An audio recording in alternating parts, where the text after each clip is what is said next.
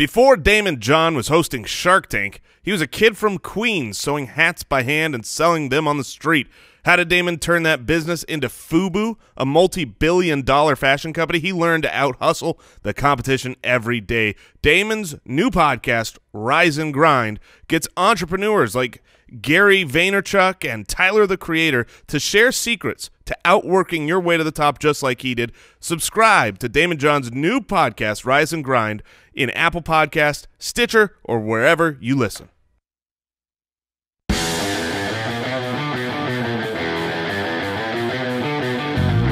Welcome to the Fantasy Footballers Podcast, coming to you from the Play Draft Studios with your hosts, Andy Holloway, Jason Moore, and Mike Wright.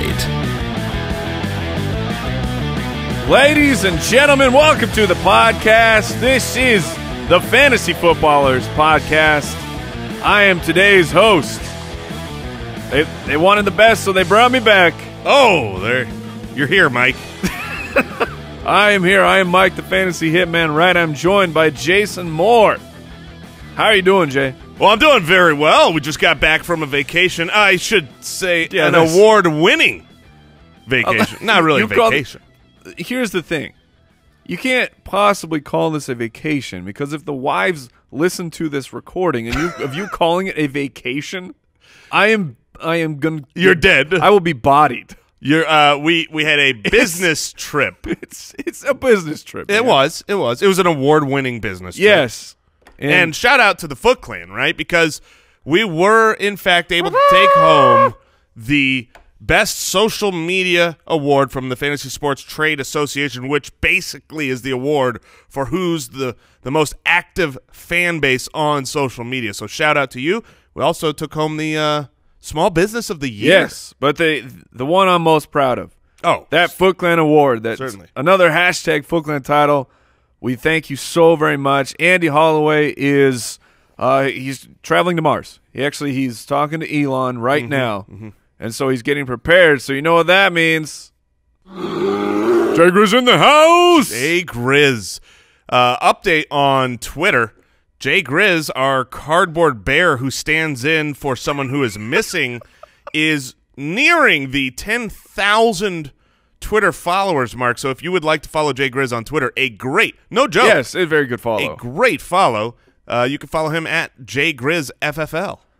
Like I said, welcome into the podcast. This is the Fantasy Footballers Podcast. Today we are going to talk the truth about tight ends. It's not good. It's like we're going to talk about the truth. And there's the show. And there's the show. They suck. We will get into the nitty-gritty on each tight end, how they did, how often they busted, how often they had a great game or gave you a solid performance. But, look, spoiler alert. It's rough. It's not good. You're going to strap on the sewage boots. For sure. We're going to be wading knee-deep in some tight end sludge. Yeah, sludge. There you go. That's a better word than what I had.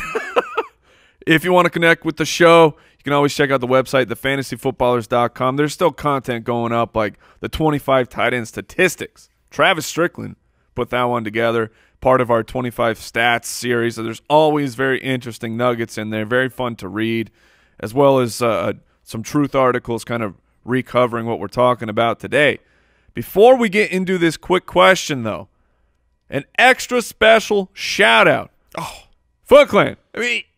You guys and gals are ridiculous. Never cease to amaze. Ryan Scott, we had talked about during the footies that I said on the show, I said, hey, we need a blacksmith. Which was ridiculous. Yes, and my name was besmirched upon this show. I was ridiculed because you guys thought that was ridiculous. Certainly was. Lo and behold, Ryan Scott, a bladesmith, came through. Yeah, we needed a bladesmith. He handcrafted a footy trophy. It is on display. Check it out on the YouTube right now, youtube.com/thefantasyfootballers. But subscribe and turn on your notifications. Yes, thank you very much. But Ryan Scott, this thing is an absolute beauty. Beautiful. And you can check out Ryan and all his work, rlscottknives.com. They still exist, Jason. Wow. Also, if you need someone to make you knives. He can't do horseshoes. No, he can't. He let us know. No, those would be very uncomfortable for the horse. And him. just walking on knives. Or the most lethal horse of all time. War Horse. Sad movie. Why you got to go there? All right. I was going to talk about when they put armor onto horses back in the day. Why didn't they have put knives on their feet so they can just kick everyone? I wasn't there. They might have. I mean, Historians, we need you. Yeah. All right. Let's get into the quick question of the day. We are going to rank some tight ends for dynasty purposes. We're going to start with some older gentlemen, and then we're going to take a look at some younger guys. Rank these 3 tight ends for dynasty, Jason Moore. Okay. Rob Gronkowski, who will be turning 29 in May. Travis Kelce, he will turn 29 in October. And Zach Ertz, he will turn 28 this upcoming November. So for all purposes, he'll be essentially 27 for next year's season, which that number actually surprised me. That it's that old, right? Yes. I mean, you look at Zach Ertz and you think of him as in, he's got 3 or 4 more years on top of whatever you would get out of Gronk or Kelce, not just one more. That being said, this is an easy ranking for me. And we were talking about this before. I don't know your ranking, but when I saw the quick question before the show, I said, "Oh, this one's super easy," and you thought it was not. So, I think it's worth talking about. I do believe it's easier than most questions, but there are, I think, some arguments. Well, you have a follow-up question that's far more difficult. Yeah, I think so. I would rank them Gronk first, okay, Zach Ertz second, Travis Kelce third.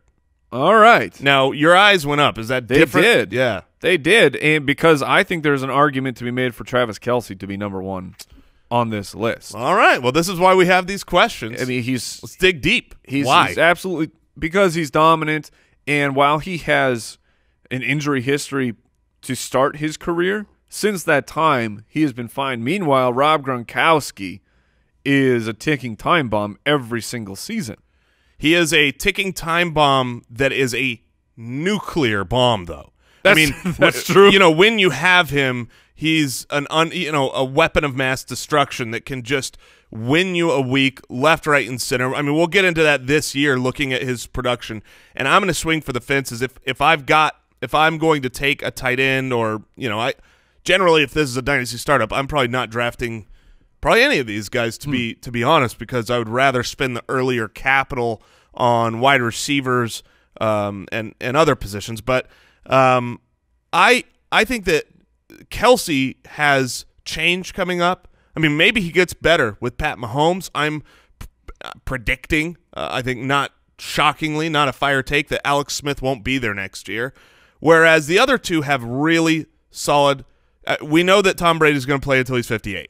True. Right? I mean, true. whose career is going to be over first? Tom Gronk Brady or Gronk? Tom Brady? So I'm not really worried about that. But I'm going to if I have to pick one of these guys, I want the guy who can truly dominate the position. I love Zach Ertz. I really like Travis Kelce, but neither one of them could do what Gronk can do and go out there. I mean, if Gronk had some crazy 20 touchdown season, no one's going to be shocked. Yeah, Zach Ertz isn't going to do that. I think my argument, just speaking to Dynasty, was the fact that I think Travis Kelce will be playing longer than Gronk. So if you are trying to go for longevity, well, and that's where I put Zach Ertz ahead of Kelce, because I think the consistency, when you look at how often you get a bust game from a tight end. His franchise quarterback is also very young in Zach Ertz. Exactly. I mean, you've got continuity with the offense. You've got a year longer of age. You have a lower percentage of bust games. And, when we look at the stats today, you'll see that Zach Ertz, where he falls short of Kelce, is in the big boom games. And that metric that we have established is basically for tight ends, it's 15 points or more. Zach Ertz had 2 games where he was less than half a point away from that. It's so – I know, but I'm just saying you change that. First, you're last. And he beats him across the board in every metric. I love Zach Ertz. All right, this set of 3 is a bit more difficult. It was a hot topic coming into last offseason because this was 3 first-round NFL draft tight ends, Evan Engram, O.J. Howard, and David Njoku. And I will say, just the reference of the people, the consensus, not necessarily ours, but just the consensus of the industry. Correct me if I'm wrong, Jason, if you recall differently. It went Howard, Njoku, Engram. That's how these guys generally went in dynasty drafts. Howard was being drafted, especially I don't know where he was in dynasty drafts. In rookie drafts, but he was a late first-round rookie pick. Yes. Mid to late. If you're just talking a rookie, but I didn't know about startup. But even in redrafts, last year, O.J. Howard was creeping up to that, like, number 12. And we had him all over the Ultimate Draft Kit as a bust. Do not draft O.J. Howard in a redraft league this last year. Right now, for if I'm doing a dynasty startup draft, I would rank those three guys: Evan Engram, who I know I was lower on going into last year. He was probably my biggest miss at the position. Then I would put Njoku, followed by Howard. I would still have Howard third, because Njoku showed a lot of what he showed in college in small spurts, and I'm not ever going to be turned off of what I saw in college based on a rookie year performance of tight end. What Evan Engram did is the outlier. I mean, he had the best tight end rookie season. PPR. Yes, in PPR since all the way back to Mike Ditka, the player. No. You're skipping out on Jeremy Shockey. I thought he beat Jeremy Shockey's 2002. Did he not? Yes, he did top him, but I was just saying that's you have to go back to 2002 Jeremy Shockey when a rookie tight end was so dominant for PPR leagues. And then of course Mike Ditka. Who'd win in a fight? Who would win in a fight? Okay. Mike Ditka or Bill Brasky. Oh, trick question. Mike Ditka is Bill Brass. It's a trick question. The world ends. Yeah. If those two lock horns. All right. So you went Engram, Njoku, Howard? Yeah, because Njoku was drafted to be a receiving option, and even though Howard had a couple big games, he started coming on towards the end. He did, but he's still in a system that utilizes two tight ends, and he's still going to be splitting receptions with Cameron Brate. I don't see that going away. Well, Cameron Brate's receptions went away. No, not necessarily. They came back towards the end. What, are you talking the end when O.J. Howard was on IR? Yep, that helped. I'm going to take him Engram, Howard, Njoku. All right. And honestly, I mean, it's still close for Engram and Howard. Oh, really? So yes. Howard is almost your number one? Oh, it's very close. Engram he's Jordan Reed, where he cannot block. But there was some pretty strong inefficiencies in Evan Engram that will be brought up that, you have to check the tape. Maybe you're going to blame Eli, you're going to blame Evan Engram, but he benefited a lot from volume. Yes, and their number one wide receiver was off the team. The number two was off the team. The number 3 was off the team for a good chunk of the year. So while I like Evan Engram, I have him on my dynasty squad. I'm super happy about it. I'm just not ready to call that fight yet. Right. All right, let's get into some news and notes because we were gone. If you checked into Tuesday's show, thank you. That was the truth about quarterbacks. We had to record it earlier due to the FSTA business trip. So we haven't even got to talk about the games or anything. Let's talk about games. All right. News and notes from around the league. Go ahead. On Tuesday's show, I joked a lot about how the Jaguars won the game, right? Because we were just predicting, and I was feeling really good about that. Watching up until about halfway through the fourth quarter, where the light bulb goes off, and you go, "Oh, what am I talking about?" Like the Patriots still going to win the game. Yeah, like it became. You could see the Jaguars players kind of go, "Oh no." Like this is going to happen. They turned into the Jacksonville Turtles. The coaching was fully retracted into the shell and said, "Okay, we're just going to hold on." I mean, they grabbed on the pull-up bar and we're like, "Okay, let's see how long we can hang here."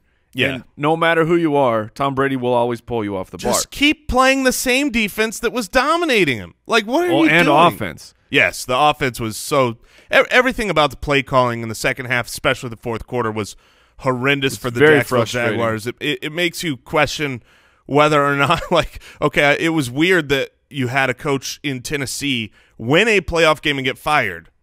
And then you're going, should there be some coaching changes in Jacksonville? You were a half a quarter away from getting to the Super Bowl, but your coaching, your play calling offensively and defensively lost you that game. That's rough for Jags fans out there. And we all know that the Eagles trampled. Oh, my goodness. I think I just made up a new word. But it was a necessary creation because they got trampled big time. That's when do you know what a trampling is? It's trampled and tromped at the exact same time. It's dying in a stampede, but the stampede is only elephants. War elephants. Or just like, okay, I thought you were going to bring up the Lion King. Yeah, I mean it's basically the Vikings were Mufasa. Yeah, and it was over. And this is a shout out to Pat Thorman, great follow on Twitter. He tweeted out, against the Vikings, Nick Foles' passer rating while under pressure was 152.1. 158.3 is a perfect. Wow. Before Sunday, Nick Foles' passer rating while under pressure was 34.0. Spiking the ball every play is 39.6. Oh, so my he goodness. was worse than spiking the ball, then goes up against essentially the number 1 or the number 2 defense in the league. And they weren't that weak. I No, mean, this they was were awful. This was the game where they were looking ahead. I have to believe that. I mean, the emotional high that comes from that crazy at-home victory against the Saints the week prior, it was destiny. You were bound for the Super Bowl at home. It was a done deal. You're playing against a team with their backup quarterback, and they didn't show up. I mean, they showed up on drive 1, and then it was over, especially for that defense. Now, there's a lot said about the fact that the Minnesota Vikings defense was very different home and road. Certainly. But, I mean, you're playing against Nick Foles, superstar. Yeah. So now we have Nick Foles taking on Tom Brady in the Super Bowl. Has there ever been an easier run? Like, look, to go the Titans, the Jaguars, and the Eagles without their starting quarterback. The Jaguars almost beat them. I know. I believe that New England looks very beatable is my point. But they have had the luck on their side and some stripes. A little bit. We'll see. Just some updates from the game. Rob Gronkowski was knocked out of that game in concussion protocol. Patriots are optimistic he'll be cleared. You know, benefits them that the Super Bowl is 2 weeks out instead of 1. Nick Foles had some precautionary x-rays on his ribs. There was one play where he took a massive shot, but he's fine. He's playing through. Reminder, Foot Clan, your NFL playoff challenge. If you're still in it, if you went Patriots and Eagles, congratulations. You're the one that did it. Or you're a Philly fan. Or if your lineup is like mine, is completely blown up and you need to get new players in there. To the news. Giant sigh.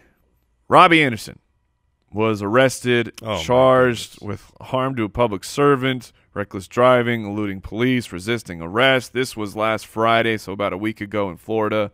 This is his second issue now. He was arrested. I mean, before it really is. It's just a shame. I mean, we can't talk too long about it, but you're an undrafted guy. You have dreams of going to the coming NFL, off of a breakout, and you get in, you get your chance, you take the most of it, you make the most of it, and you have an incredible breakout year, and you put yourself in a situation now where you can't be you're not allowed as an undrafted guy with this on your record to be the face of anything. You can't be the star player for a team, the face of the franchise, and you almost had an opportunity here because of the lack of, big-time players for the Jets, and I don't know what they're going to do, but that's rough. If you look into what he was arrested for and what he did, it's not good, and he's coming into his contract year. This is the third year of his undrafted rookie contract. I mean, he's going to be paid, well, assuming he's on the team, because this was a big assumption last year too. Will Robbie Anderson still be on the team? He's only going to make look, it's a lot of money, but NFL money, $630,000. And will he be on the team? Will people give him another chance? Don't know. Yep. His quarterback, though, Josh McCown, free agent, says he wants to play. Yeah, Josh McCown's not letting Tom Brady take the age record. You kidding me? Josh McCown's going to play forever. So he'll be back. He was having the best year of his career. Yeah, which is insane. He's 39. Cam Newton suffered ligament and cartilage damage in his knee during the wild card loss. He does not need surgery. 49ers GM John Lynch has confirmed he wants to extend free agent Jimmy Garoppolo. Oh, Jason, is big, that shocking news? Good call, John Lynch. Clearly, great GM here. We're looking into it? Gave up a second-round pick. Yeah, go ahead and sign him to whatever he wants. It's going to be a handsome contract. What was you found a Twitter quote? We're not going to bring the Twitter. All right, we're not bringing that one up. It's a family show on this podcast here.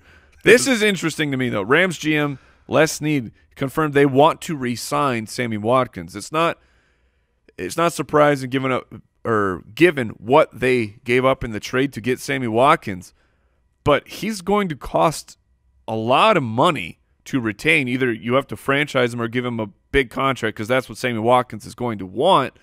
And he was the number 2 on the team. Robert Woods vastly outplayed him. Yeah, I mean, you could even argue he was the number 3 behind Cooper Kupp and Robert Woods. However, and Todd Gurley. I mean, he was. However, he was a red zone machine. He was a touchdown guy, and he actually does make a big difference for this team. So I don't blame them saying look, their most expensive receiver, Tavon Austin. Oh, he's gone. Yeah, exactly. He's going to be freed up. So I mean, if you just take that money, put it over to Sammy, you probably could get the job done. Sure. The question is whether Sammy wants to be there and be in that role of being the second, third, first option. Who knows? That's a good question because you aren't lead dog, but you're on an up and coming team with Jared Goff, who looks like a franchise quarterback. Sean McVay, elite offensive mind in the NFL. So would you take the cut at your level in the pecking order to stay with the team? No, I wouldn't. I mean, if I'm Sammy, I'm going to go out and test the market. I'm going to see what team has a need for a wide receiver that's willing to spend a lot of money, who has a good quarterback. If those 3 things are out there, I'm going there. Because you're gonna make more money for a short career. You're going to make more money on the following contract by being the one, so long as I can have a good quarterback. Would you rather be on the Rams or on the Raiders for Sammy Watkins? Question. For Sammy Watkins, I would rather be on the Rams. I think they're just going to be a better team, and you don't know that you're going to be the one if you go over to Amari Cooperstown. Nice, not bad. Impending free agent Le'Veon Bell. Apparently, the contract talks are a lot closer than the better few than what weeks we heard ago. last I'm going year. to retire. Yeah. If you're in some best ball leagues, hey, Footland. Oh, the way too early best ball is out by draft, and we went to California, so I was playing the heck out of them. Be on the lookout for some invites. Certainly. If you've gone to draft.com/ballers to follow us, then when I start a league or a draft, you can hop on in. David Johnson, his wrist is back to 100%. That's just good news to hear. Now for coaching changes. The Cardinals have hired the Panthers defensive coordinator Steve Wilks as the head coach. I really like that we're still in the news. Like, as far as we can push tight end talk away, the better. I want to get to we should get to the tight ends when we hit about the 50-minute mark. And then just fly through the garbage. The people want to hear the truth. I know they do. No, they think they do. Today's drop is truly you can't handle the real truth here. Anyways, yes, Steve Wilks hired as the Arizona Cardinals coach. He was the 1-year defensive coordinator for the Carolina Panthers, kind of an assistant head coach, did a lot on defense.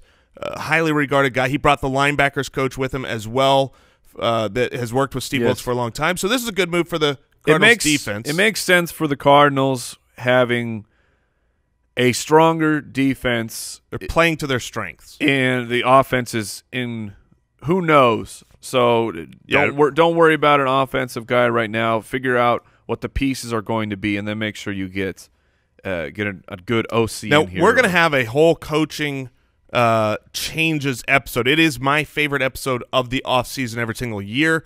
That will be coming probably in February. We'll want to make sure we know what all the changes are. There's still a couple weeks before some of these hires can be made, especially with coordinators, things like that. But I can't fathom that on that show I'm going to be very kind to Mike Vrabel, who has been announced the head coach of the Tennessee Titans. Oh.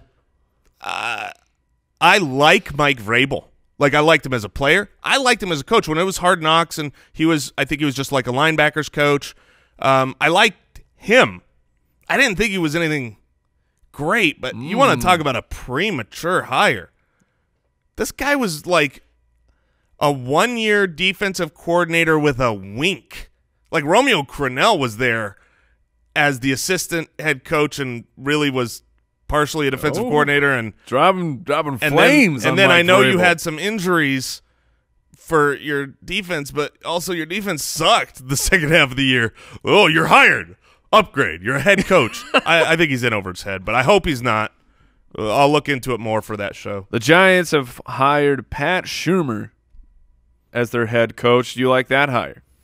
Yeah, I do. I mean, when the Cardinals head coaching gig was open, I wouldn't have minded if he came.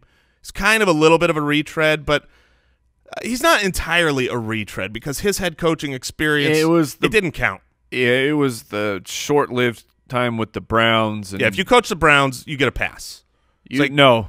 No? Hugh Jackson does not get a pass from me.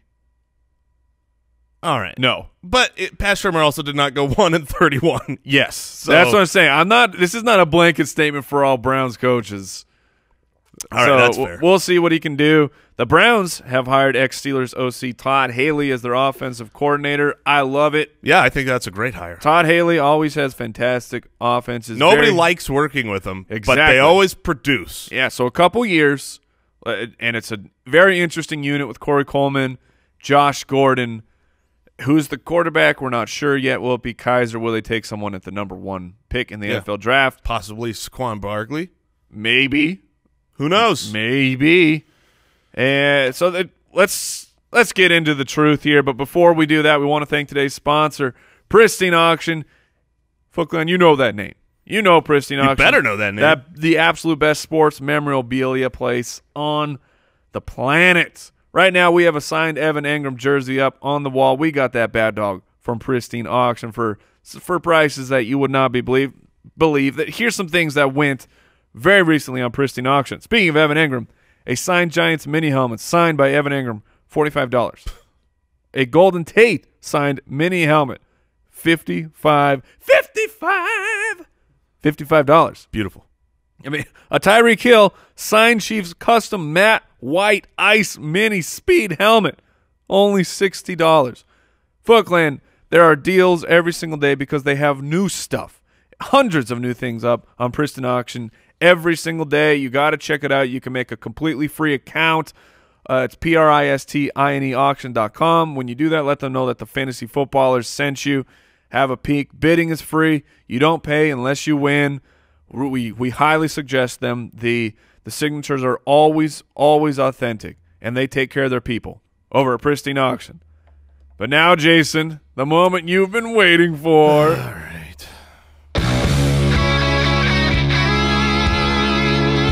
You want answers? I think I'm entitled. You want answers? I want the truth! You can't handle the truth! All right, the truth about tight ends, and just to review real quick, I know Jason mentioned it, but here's our breakdown. Great games are more than 15 points because on average that put you at about a top 3. Good games are more than 9 points. It's about a top 10 finish on average, and the bust games are fewer than 7 points. Generally, that puts you outside of the top 16. This is all done based on half-point PPR scoring. The best Yes, scoring the format. only scoring format to use. The PPR people are going to come out of the woods at me on that one. A quick review, or should say overview of the tight end. We had 6 tight ends with 100 and plus targets. That was the same as 2016. Although we only had 4 tight ends with 75 plus receptions, that was down by 1. Only 2 tight ends with 1,000 yards. However, because tight end we talk about is a streamable position, 12 tight ends had 5 or more touchdowns. Can you believe that? 12.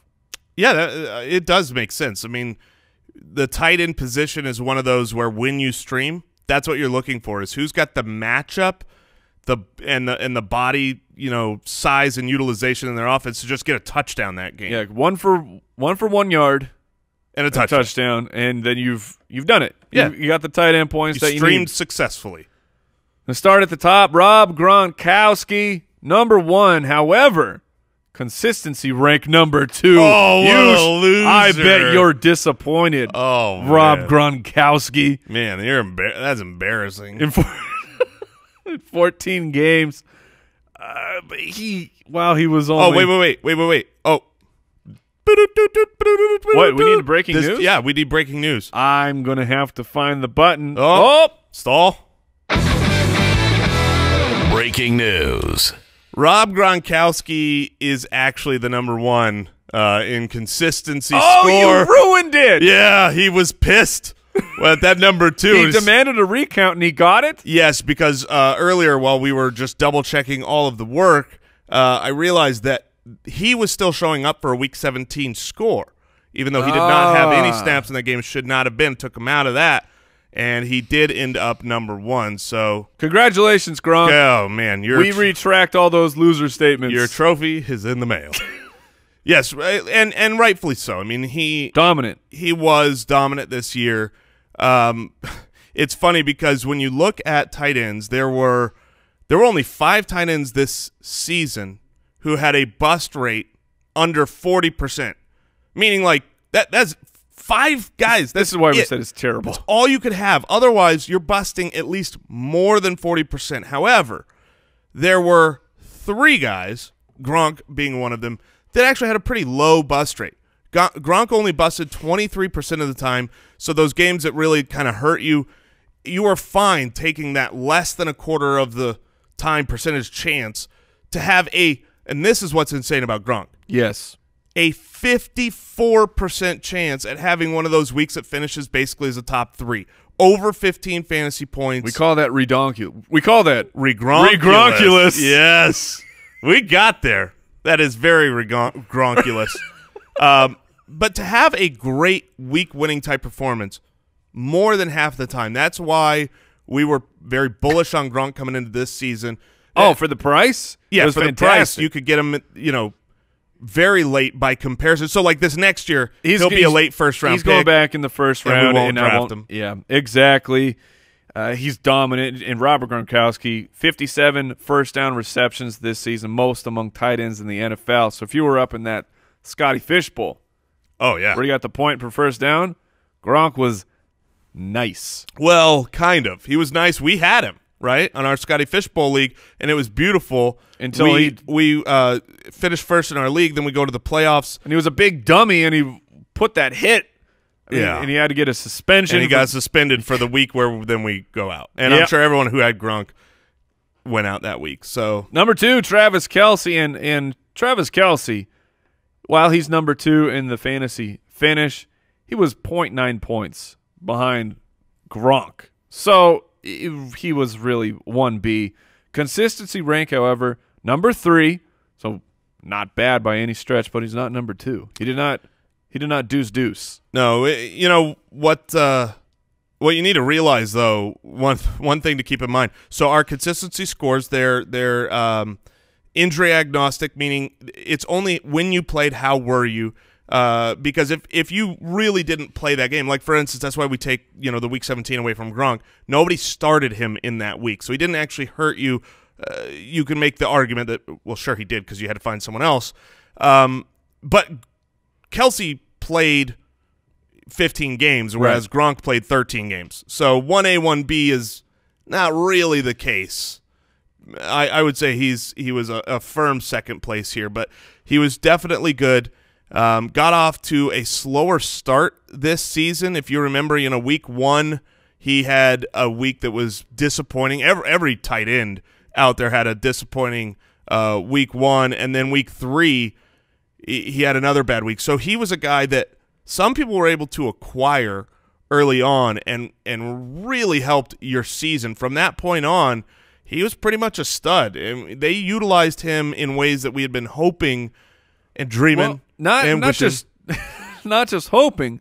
They utilized him in ways that you were pushing heavy in the last offseason, where he only had, 4 touchdowns in 2016, but his opportunities for scoring plays did not match the 4 touchdowns, and you were calling for a big-time touchdown. I had gone back and watched positive regression, every whatever single it is. one of the 10 zone, anywhere, every single target and utilization that they had for Kelce inside the 10 zone, and it was a clear indicator that, look, he is used. Some of those things he should have had probably 3 more touchdowns on fluke plays, down at the 1 type plays, or just dropped a pass in the end zone.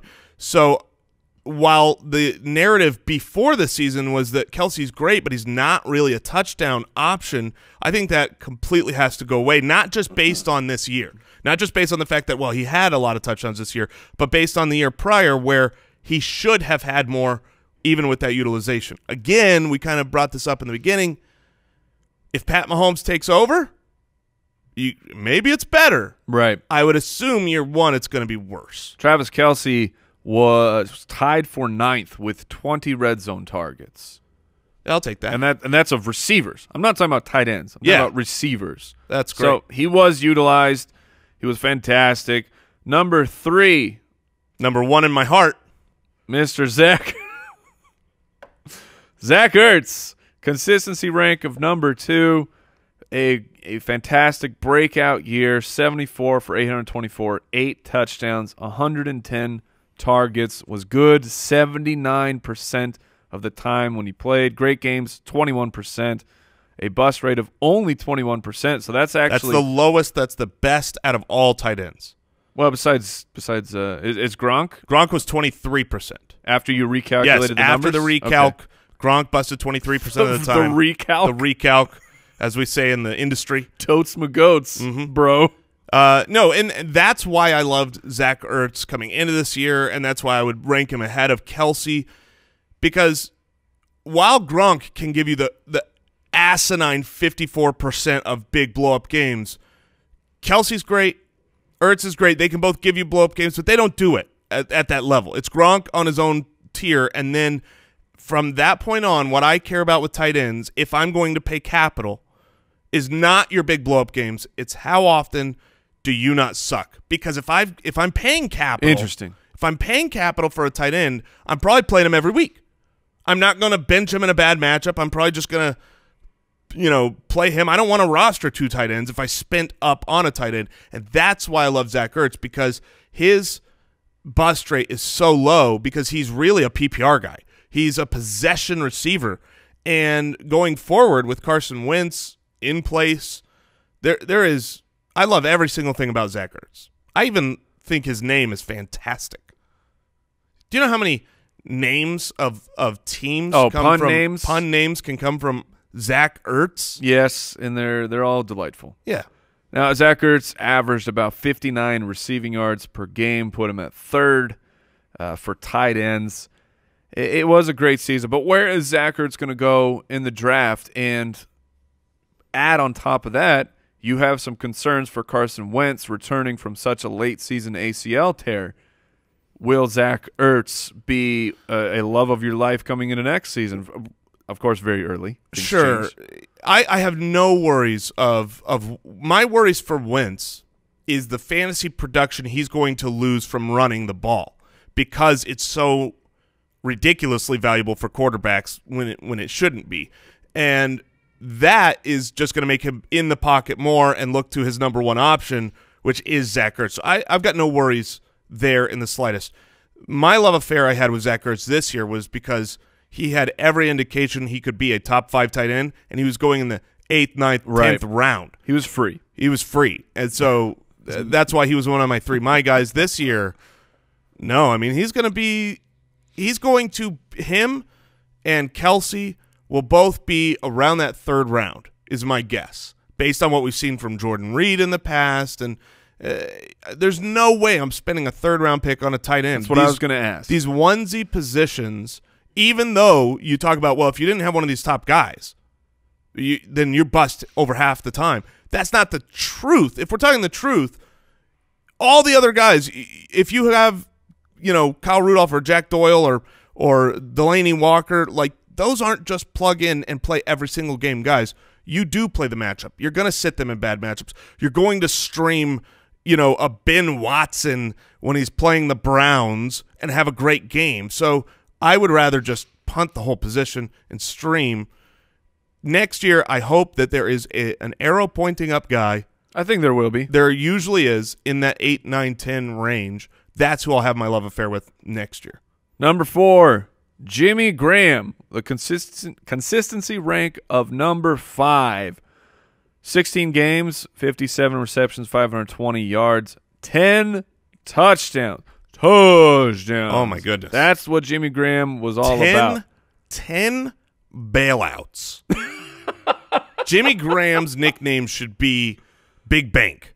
Okay? This is a big bank guy because he has received the bailouts this season. I look at his numbers, and it's one of those things where it's like, man, he stinks, except he didn't hurt you in fantasy. He helped you in fantasy. This is from our 25 stats article. Jimmy Graham lined up for only 68% of his team's offensive snaps. 25 other tight ends in the league saw more playing time. Yeah, he wasn't. But he was used where it mattered. Yes, he was used in the red zone. He got the touchdowns, and you were fine starting him most weeks.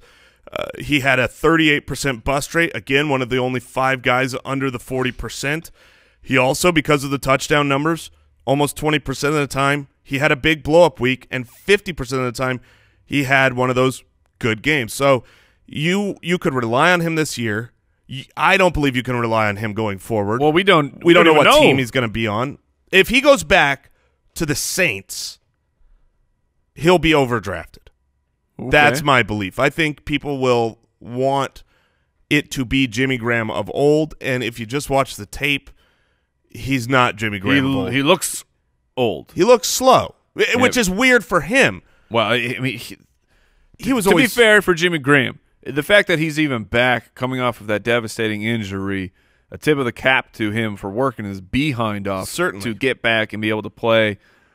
But a man of that stature, I mean, he's 6'7". He's a big guy. 260. He's a ball player. He's got the box out skills, and in the red zone, I mean, I definitely do want him to go to a team. If he goes to the Saints, that's still great for Jimmy Graham because they'll use him in the red zone, and he's already got a rapport with Drew Brees. But you're not going to get the yardage that you've had from him in the past, where he was a wide receiver. Remember the contract talks when he was a free agent and all the debates. Changed his Twitter to from tight end to pass catcher. Yeah, because he didn't want to be franchised as a tight end and paid nothing when he is a valuable wide receiver. But you just look at the yards this year, and you look at the yards of the top receivers or top tight ends, and they're all really good, 800+ yards, 1,000+ yards, and then you got Jimmy Graham. 520 yards. You want to hear something incredible on this? Is the thought process, I'm sure, out there is Jimmy Graham. I mean, he's number 4 tight end finish. He was good for your fantasy roster. Mm-hmm. I'm jumping a little ahead, so we will come back. Was Kyle Rudolph good for fantasy rosters? Don't look at the numbers. I want you to know in your heart of hearts, was Kyle Rudolph good for your fantasy roster? I would say comparatively to the masses, yes. Because here's Jimmy Graham's numbers once again: 57, 520, and 10. Here's Kyle Rudolph numbers: 57, 532, and 8. I mean, there's 2 touchdowns separating these guys, and people love Jimmy Graham and Kyle Rudolph, who finished 7th amongst tight ends. I think that the public consensus about Kyle Rudolph was that he was kind of a bust. Yeah, for your team. Certainly. I agree with the notion of what you're saying. What's funny is if you look at how the touchdowns were that's a difference. Kyle Rudolph didn't have as many explosive games. Yeah, he never had those games where he finished, he had multiple weeks where he's like the #1 tight end because he had the multi-touchdown games. Give him 2 more. What's funny is you give him 2 more, and probably he did have a couple of those games. So it's an interesting thing to point out. Who would you rather have next year, Jimmy Graham or Kyle Rudolph? So let's say Jimmy Graham stays with Seattle. Stays with Seattle. So you got apples to apples. Who's the quarterback for Minnesota? Case Keenum. Same as this year. If everything the same next year, because I would draft Kyle Rudolph. Who's drafted later? Well, because it's going to be Kyle Rudolph. Kyle Rudolph would, without a doubt, be drafted later. He's not thought of as highly. He doesn't have the name that Jimmy Graham has. That's why I would rather go with the guy later. I completely agree. Back to number 5, rookie sensation Evan Engram. Actually, consistency rank number 4 in 15 games. Put up 64 receptions, 722 yards, 6 touchdowns.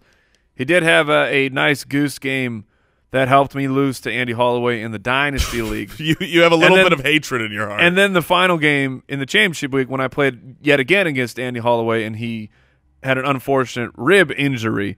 So the numbers for Evan Engram definitely could have been much better. But here's the thing. 64 receptions on 115 targets. Those numbers are bad. The 115 targets I love the targets. Is incredibly good. But yes, the catch rate not that great, and like we said earlier, he had 115 targets, but there was no Odell Beckham Jr. There was no Brandon Marshall who was signed to be that number 2. For a lot of it, there was no Sterling Shepard. So he became the de facto 1, and a lot of that will be going away, and that's to say nothing of a possible quarterback change. However, what you did see from Evan Engram this year was that he has the explosive playmaking speed that can do it on his own.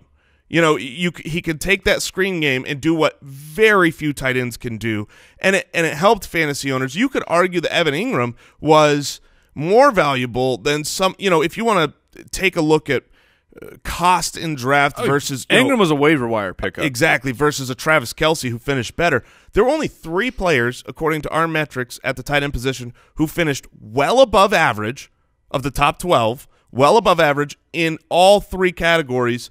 Big games, good games, and not having bust games. Evan Engram is one of those 3.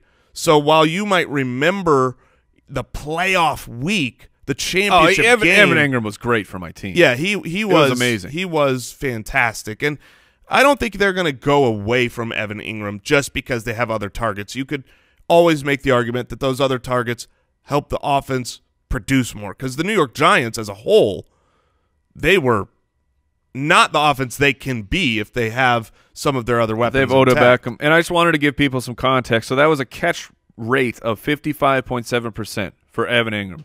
Zach Ertz, 67.3%. Travis Kelce, 68%. Even Jimmy Graham, 59.4%. Here's the real question.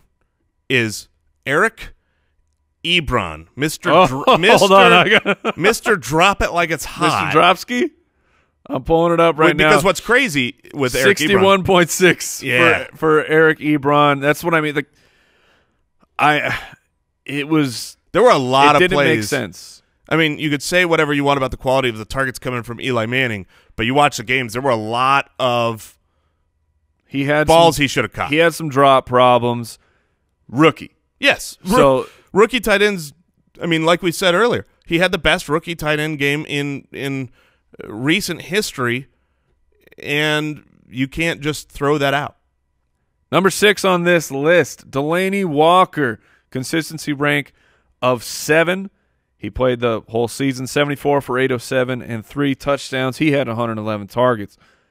The problem with Delanie Walker, and this is why we didn't want to draft Delanie Walker, is because in drafts he was going as really right, to be fair, where he finished. Yeah, he was about that tight end 6. but it's the price you had to pay for him in the draft, and you got 0% of great games. Which is exactly what you'll get next year and probably what you got the previous year. He's not a big take a game over, blow up type of guy. Not anymore. Not anymore. He was good 50% of the time. However, he busted 44% of the time. And I guess, and also to be fair for Delanie Walker, his quarterback was bad this year. Marcus Mariota regressed horrifically. So hopefully things get turned around next year. Maybe Jason's not so bullish with the hire of Mike Vrabel. Well, the offensive coordinator is what's going to matter, but Mike Vrabel's not going to touch the offense. So that's TBD. But Delanie Walker, do you have any more notes on Walker? He's getting up there in age.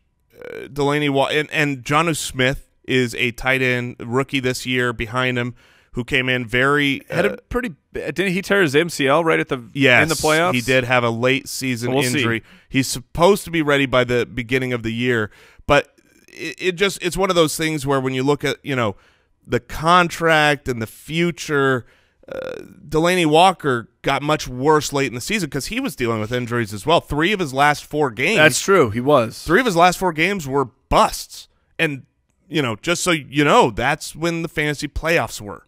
I don't think many people won a fantasy championship with Delanie Walker on their team, even if he helped get you to the playoffs. This is where if you're going to be spending a 7th round pick, a 6th round pick on a tight end who will finish exactly where you're drafting him to finish, I would rather stream the position. This is we said before the show, there were 5 good tight ends, everyone else was garbage. Right. And then we had this you don't think Delanie Walker was garbage, and maybe he wasn't garbage, but he wasn't what you needed to win a championship, and that's all I care about. You can win a championship easier with streaming the matchups, I feel like, and getting those big blow-up games and having a more solid running back wide receiver core because that's where you used your draft picks than using that 6th, 7th round on Delanie Walker and being a guy that's going to make the playoffs. Drafting Delanie Walker is like grabbing takeout from a restaurant that's about 25 minutes from your home. The food it might be good if you can go there. When you get home after it just sitting in the box, steaming itself in the styrofoam holders, you get home, you go, it's fine. It's fine. Yeah. Number 7, we kind of talked about him already, but Kyle Rudolph, consistency rank of number 9. Kyle Rudolph and Jimmy Graham's season were very similar. Even Kyle Rudolph had 14 receptions on plays in the red zone. We talked about Jimmy Graham being utilized there. For 14 receptions in the red zone, that's ridiculous. That's tied with Alvin Kamara. Yeah. For red zone completions. So I don't think we don't really need to focus much more on Kyle Rudolph. Number 8, the man with the baby hands. That's so not fair to him, but it is his nickname according to this show. It may not be fair, but it's the right thing to do. Jack Doyle. Hold on to the ball, Jack. He does. This is what happens when you have a podcast and a microphone and you can get in and say things when you're very upset with a person. Why don't you remind people why he was nicknamed Baby Hands? Because you and I were playing head-to-head, and I think that the game, it was a Monday night game, if I recall correctly, and it had come down to you had the Tennessee Titans defense. Which you never want to have your hopes in. Versus the Colts. And this was the game where Jack Doyle kept fumbling and kept dropping passes. I mean, He was great all season long, but this one, when the national spotlight was on. My Tennessee Titans kept saying, give me that ball, Jack. My full attention was on Jack Doyle. I saw the truth. I saw those baby hands. Yeah, they were just too tiny to hold on to that ball. Too tiny and too weak. However, he did finish with the second most receptions for a tight end. He had 80 receptions. It was a solid year for Jack Doyle. Yeah, what's interesting here is he did this all without Andrew Luck. Right. He was, one of those late, like when you here it is. Yeah, here's the guy that's going to go. Here's your late round arrow pointing up guy. It's Jack Doyle. Yeah, he'll be drafted in that 8th, 9th, 10th round. I'll be happy to take him. I will as well, especially if Luck is actually back. I mean, you know, you can utilize him in a number of ways, and they have always been kind of that two tight end team. You know, whether it was Eric Swope right. or who's the guy that went to the Fleener? No, well, when it was Fleener and Dwayne Allen. Dwayne Allen, yes. Thank you. But this year it became the Jack Doyle show, maybe by injury or whatnot. But you're going to have a new offensive coordinator here, and it looks like, I mean, it's too early to tell, but it looks like it's going to be probably McDaniels. Ooh. And I think you're going to have a good offense here that utilizes the tight end. I claim him. You can't claim him this early. Yes, I can. No. Brooks, it's on the tape. Write it down. Jack Doyle's my guy. If you claim him this early, Mike, I will force you to stick with that, even if everything goes wrong. They go and they sign a big tight end. I'm going to say, nope, you said he's your guy. Are you sticking to that yet? Or you? I do what I want, Jason. All right. So how was Jack Doyle this year? I mean, 80 receptions, 690 yards, 4 touchdowns. He had 107 targets. He was great only 7% of the time, but he was good. 40%, a bust rate of 40%. So we're getting more into the line of streamer. Exactly, a streamer, but putting up similar production to the guys just ahead of him in Delanie Walker and Kyle Rudolph. Jack Doyle, I mean, he was a start of the week countless times on this show because you could pick him up. He was on the waiver wire frequently. People getting mad at them baby hands, but then he just came through. When it was a good spot for Jack Doyle, you felt like he could come through, and he would come through. Yeah, I mean, if you look at his game log and you try to remind yourself of people really were up on Jack Doyle going into the draft, and he disappointed people and got dropped everywhere because 3 of his first 4 weeks were atrocious. Well, you had week 1 with who played quarterback for the Colts in week 1? I can't even remember his name. Was it Tolzien? Yes, Scott Tolzien. Thank you. There you go. And then you had the quarterback change, and you're trying to figure that out. You know, I mean, put it this way: his first 4 weeks before their bye, he was averaging 5 fantasy points a game. Oh, dominant. And half points. So yeah, he was on waivers. From that point on, you know, he averaged 9.6 fantasy points a game and was much better once you got that rapport established. He still, though, had those games that were frustrating where he would disappear, and sometimes those games were games where you go, it looks like it should be his game. But I put almost all of that on the fact that the Colts were a hapless offense, and Jacoby Brissett, you know, you had a game plan where it seemed like this week it's either Jack Doyle that I'm going to look to first, second, and third, or it's T.Y. Hilton I'm going to look to first, second, and third. It was more often Doyle than T.Y. Hilton, but if Luck comes back, he's going to be able to utilize him. He's a good real-life receiving tight end. He's a good football player. Not the most over-athletic guy, but you don't want to be over-athletic. If you're over-athletic, you'll outrun that ball.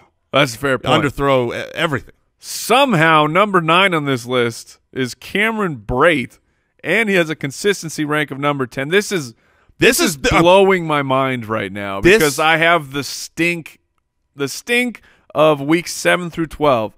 That's all I remember. No. You don't need week 7 through 12. You have the stink from week 1 through 17 because he wasn't good. Okay. How do we these got these numbers? But that's the real 600 yards and 6 touchdowns. This is the truth of tight ends this year. He was a top 10 tight end, top 10 consistency, and he was awful. 56% of the time, more than half the time, he busted, meaning he was so bad. He was great 25% of the time. Yeah, he was. I mean, he was a real boom bust type of player. He had a quarter of his games that were game winners. He had half of his games more than that were game losers, and then he was, okay the rest. But that's a top 10 tight end in this landscape. if you want to make the argument that you should go hard in the paint after Zach Ertz or Travis Kelce or Gronk, Cameron Brate's your argument. You say, I don't want to deal with a top 10 tight end. I need a top 3 tight end, or I can't handle it. I'll grant you that.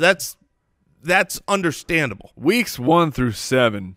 I get week 1, I guess, is bad, but I'm including that because that's when the run really happened. He was excellent. Yes. I mean, he had a stretch early on in the season before Jameis Winston went down where he was averaging almost 12 fantasy points. Yes. Right around there is when we had Ryan Fitzpatrick come in, and Cameron Brate was removed from the game plan and then just couldn't seem to even get things going back when Jameis appeared or when Jameis came back from the shoulder injury. Cameron Brate will be interesting next season. He averaged almost 12 fantasy points a game those first 7 weeks. Yeah. You want to guess what he averaged from week 8 through 17? And keep in mind, he played in every single one of those games. I'm going to go 3 points a game. Close.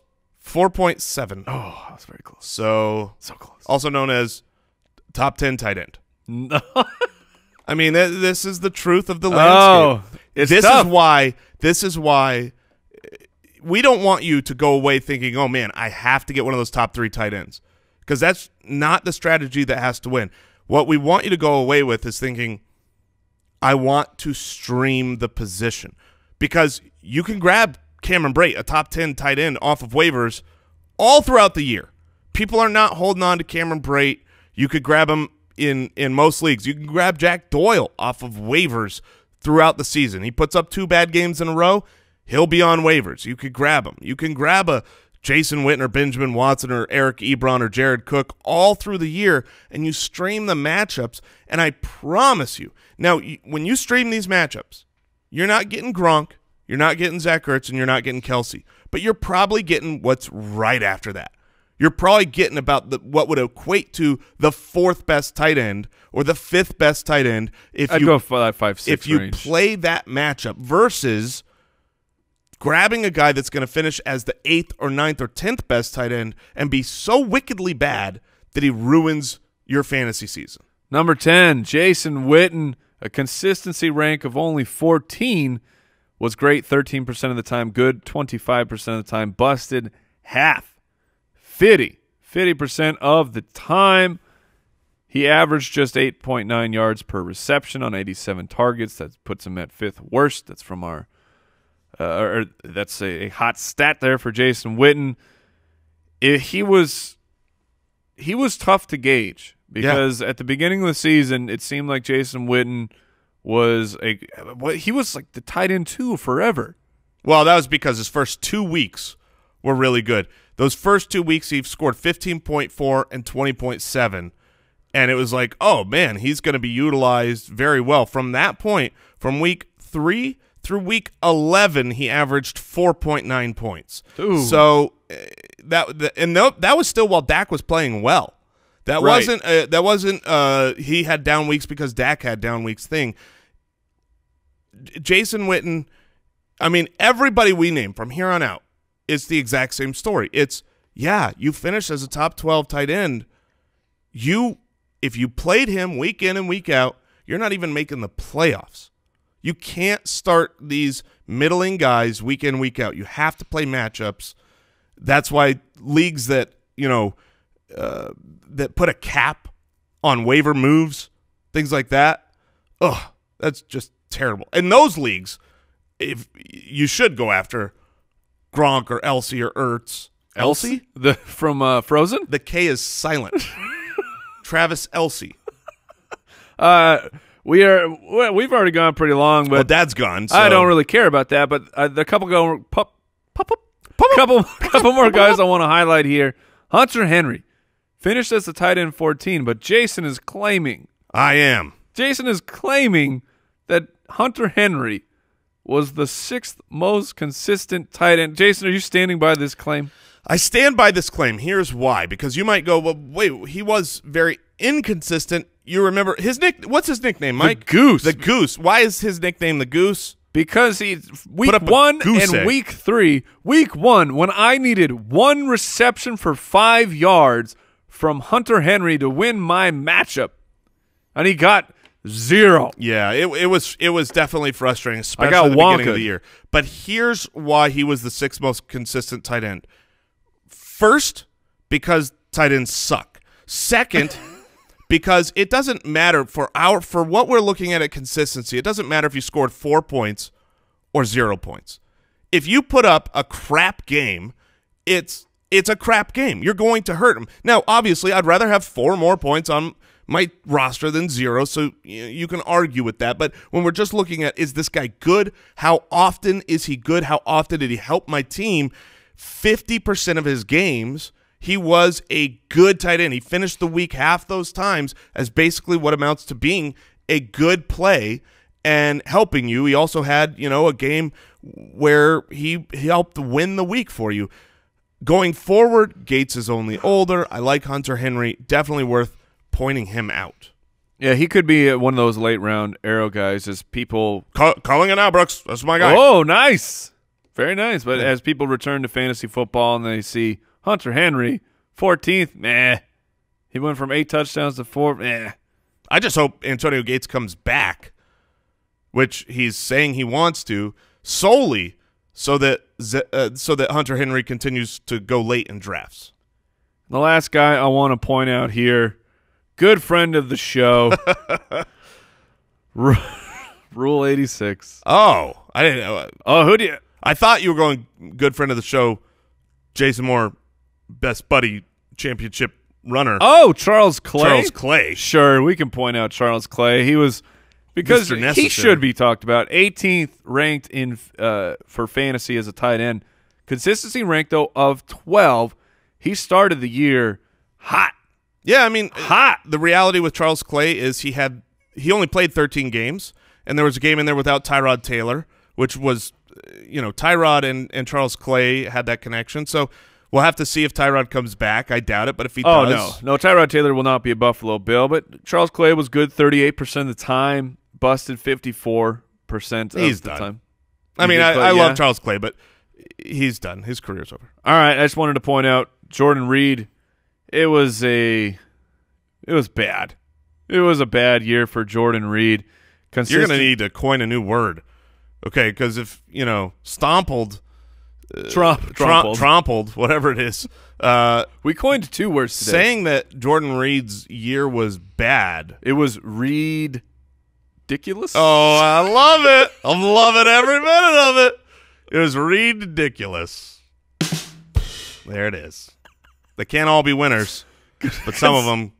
Consistency rate of 24, 6 games. It was, the story of Jordan Reed. He was great 17% of the time, good 17% of the time, but he busted 67% of the time. And that is again, that's taking out the games he missed. And we're just talking about the games he played in, and which were only 6 games. But in 6 games, you essentially had 4 outright busts. One of them that wasn't a bust was still only 7.8 points. He was so bad that I think you've got to amend the rule. In fact, I would go so far as to say the rule is dead. Oh, Kirk Cousins is probably gone. There's change in the air. You can't rely on him. And if Jordan Reed is playing, I don't think he's an automatic start. Possibly. The rule sort of worked because you can take a look back. He only played 6 games, but in those 6 games, he was also hurt for quite a few of them.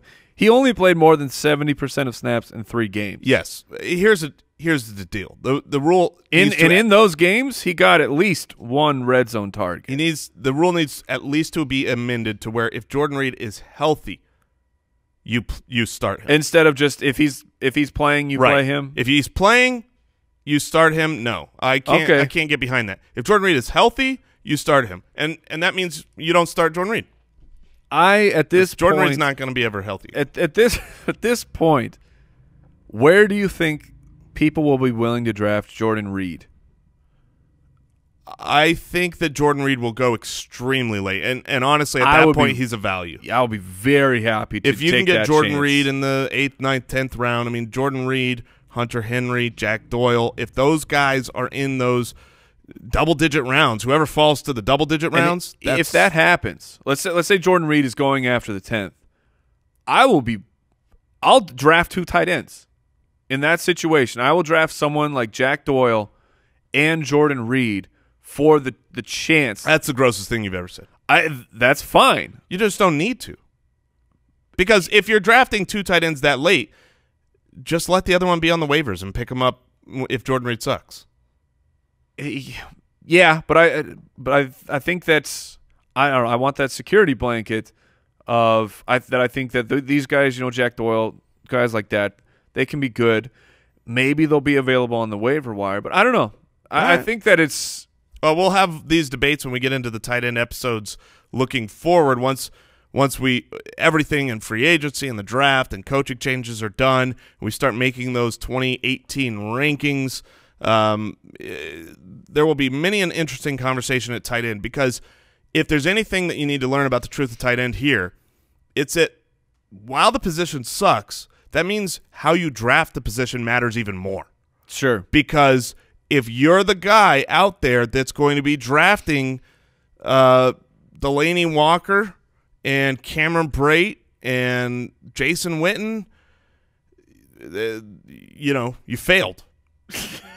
You failed in the draft, I believe. And so we got to try to get it right next year for tight ends, and that's what we'll aim to do. So there it is, ladies and gentlemen. The second longest show besides the Megalodon in the history of the Fantasy Footballers. Thank you so much for supporting the show. Foot Clan, we love you. Draft.com/ballers. Play some best ball. Goodbye. Thank you for listening to another episode of the Fantasy Footballers Podcast. Join our fantasy football community on jointhefoot.com and follow us on Twitter @TheFFBallers.